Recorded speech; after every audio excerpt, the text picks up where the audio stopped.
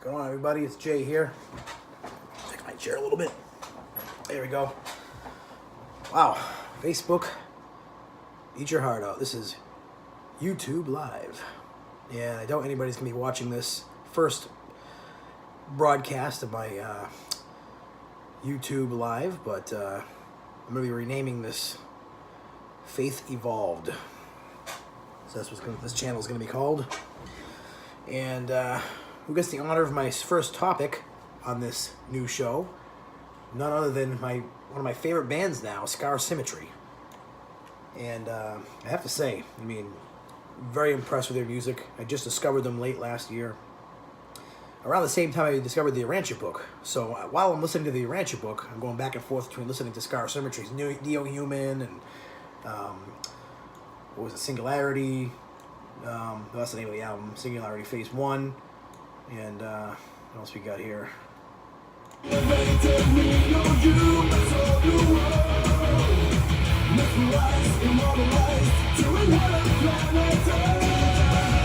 Love it. It's so good.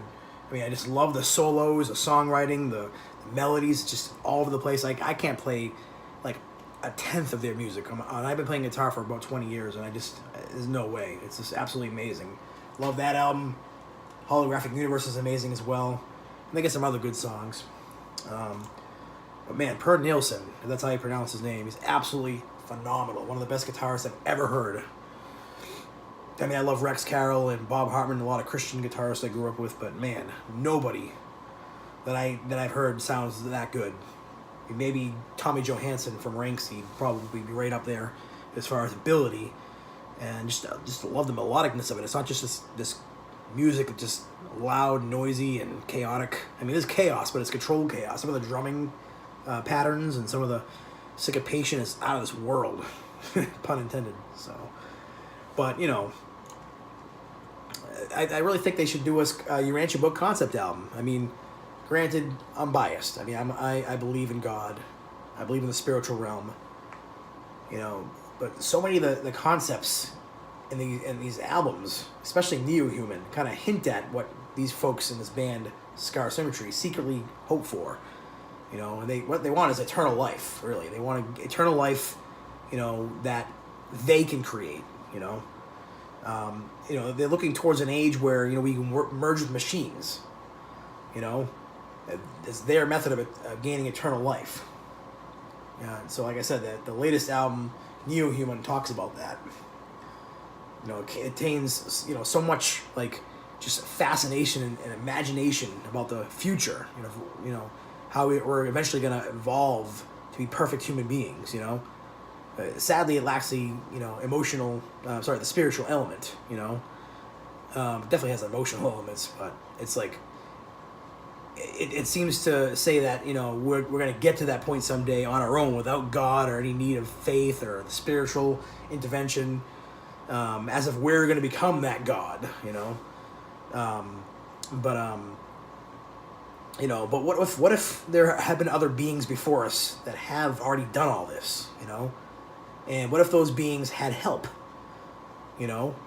What if they have, you know, been seen a universe that we haven't, you know, or parts of the universe.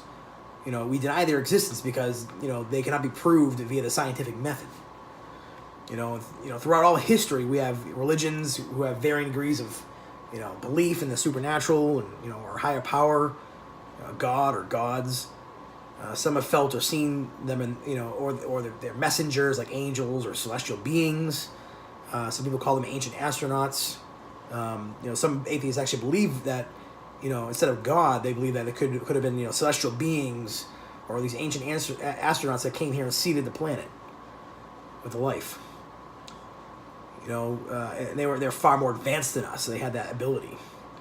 You know, but you know, what if there are other dimensions and realities that you know we cannot see, you know, so we don't believe they exist. And you know, what if you know, why can't the spiritual element be above our highest material scientific advancement?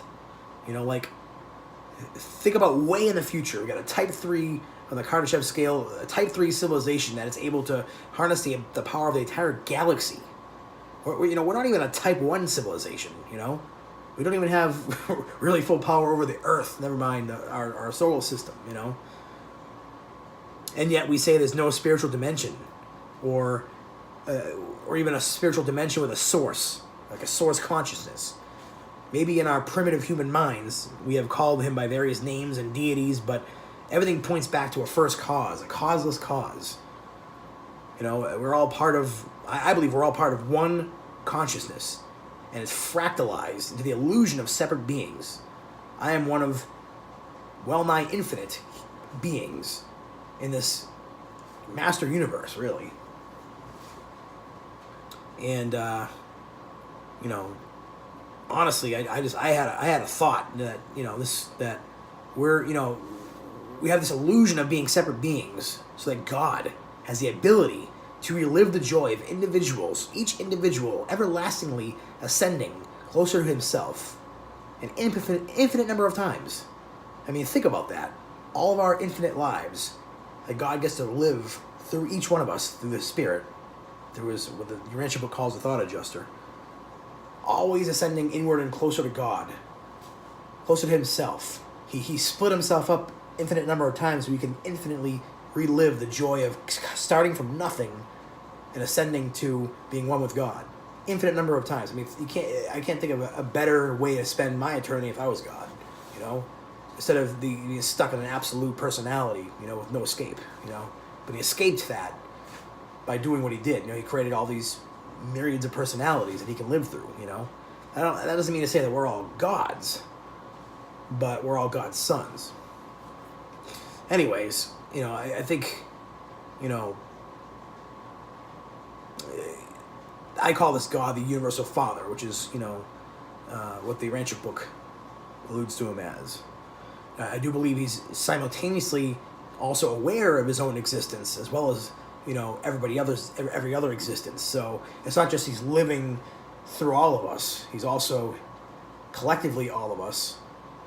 And beyond that, like he has his own personality, plus he's experiencing all of our personalities in our lives, and beyond. Who knows what kind of, realities are beyond that, God's infinite, It's going to take us eternity to fathom this stuff. I mean, it's just, this stuff blows my mind. I can barely articulate it, But some of the lyrics from their songs, like an invented sun, rays reflecting the cosmic glow, that kind of reminds me of like the architectural suns and the architectural spheres that the Urantia Book talks about. Basically, civilizations that are far ahead of us, far more spiritual, and they've realized that spirituality is important, is a part of reality, not just science.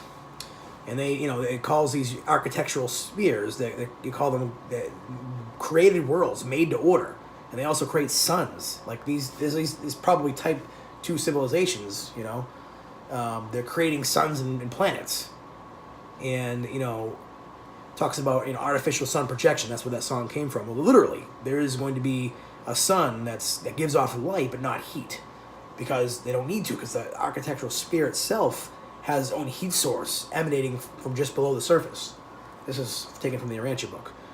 Another lyric, and now this world that gave birth to you, we'll see that you're the source of light. So this goes to the, idea that there's a source of light within us, which I believe we're all eventually leading back to God. It's from his Spirit, And if we believe it and accept it, we embrace that light, and eventually I think we merge into the light once we leave behind this mortal coil.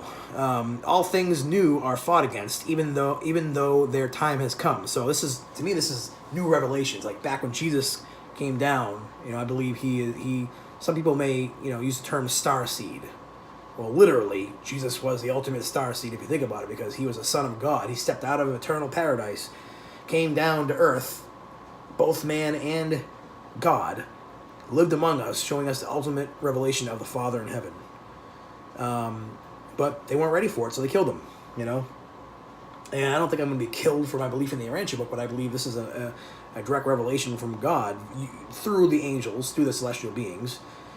And a lot of my friends and family think I'm crazy. But it's like you heard a good joke, and you were there and you heard it and you saw the context of it, and you knew the people that you were talking to and who was saying the joke, and who's in the company of the joke, and you laugh till you're hurt. But then you try telling the joke to somebody else, and they're like, that wasn't that funny. Well, you had to have been there, It's that kind of thing. You had to have been there. You had to have read it. And so until you read it, you just don't understand the amount of, like, this, not only the faith, but just the imagination of, like, possibilities of the afterlife and just the universe. And literally, we're going to ascend sphere by sphere, more spiritual, billions of I don't know if you want to call it lifetimes, but, it's not this idea of reincarnation where you start off on planet Earth and you keep dying and reliving your life over and over and over again until you get it right. No, it's when you die, and near-death experiences, kind of prove this, that, you're moving on to a better place, more joy, more happiness. But that happens eternally. You're eternally progressing closer and closer till you finally get to paradise. At least that's the way the Urantia book calls it. Neo-Human, the whole album, really, it's a whole concept album about, eventually us human beings attaining, being able to merge with machines and have eternal life and do whatever we want, rule the universe. Well, sorry, folks, sorry, Scar Symmetry, but it's already been done. I mean, aliens, if you want to call them that, or celestial beings, far advanced societies, they've been there, done that. They don't need, our material, creations. Our, how many elements we have? 100 elements.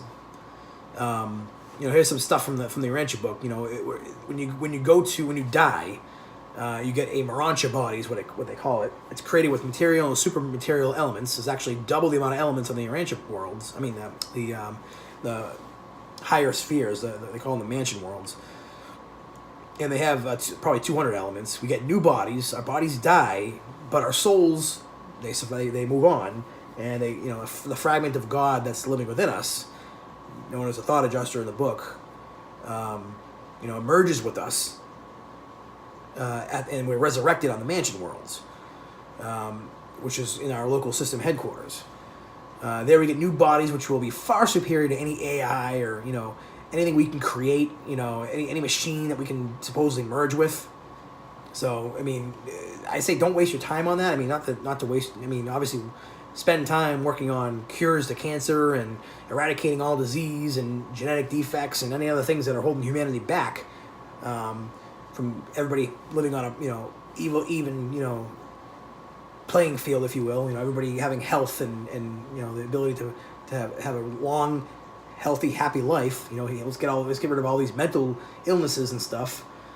And educate everybody and give everybody the ability to pursue their dreams, stuff like that. Focus on that stuff. So don't try to focus on merging with machines, because honestly, another concept from the Urantia book, creating life is not going to happen. We don't have the power to do that. We can't impart the spirit of the breath of life into another being. It'll never work, because the creator of our universe, who is known as Christ Michael in the book, or Jesus Christ when he came to earth, he's the sovereign of the universe. He is only given the power of this impartation of life to one celestial being called the life carrier. So they are the only ones who have the ability to turn non-life into life. None of us are ever going to be able to do that, ever. Not even the highest celestial being has that authority. So that's a waste of time, but it's going to take humanity a while to figure that out. Hopefully sooner than later, and they spend that time working on the betterment of humanity as we are, involving, maybe we can evolve genetically, maybe, I don't know if they can tweak the DNA or, tweak our genes or whatever to make us healthier and more resistant to disease and all that stuff, but as far as merging with machines, that ain't going to happen. So, but man, I really think Scar Symmetry, I mean, take a gander, look at this book, Per Nielsen. Your mind's going to be blown. Even if you think this is all sci-fi, this is the best sci-fi I've ever read in my entire life if it's not real. But I'm compelled to believe that it's real. And I think I'm going to make an amazing Scar Symmetry concept album. Peace out, guys.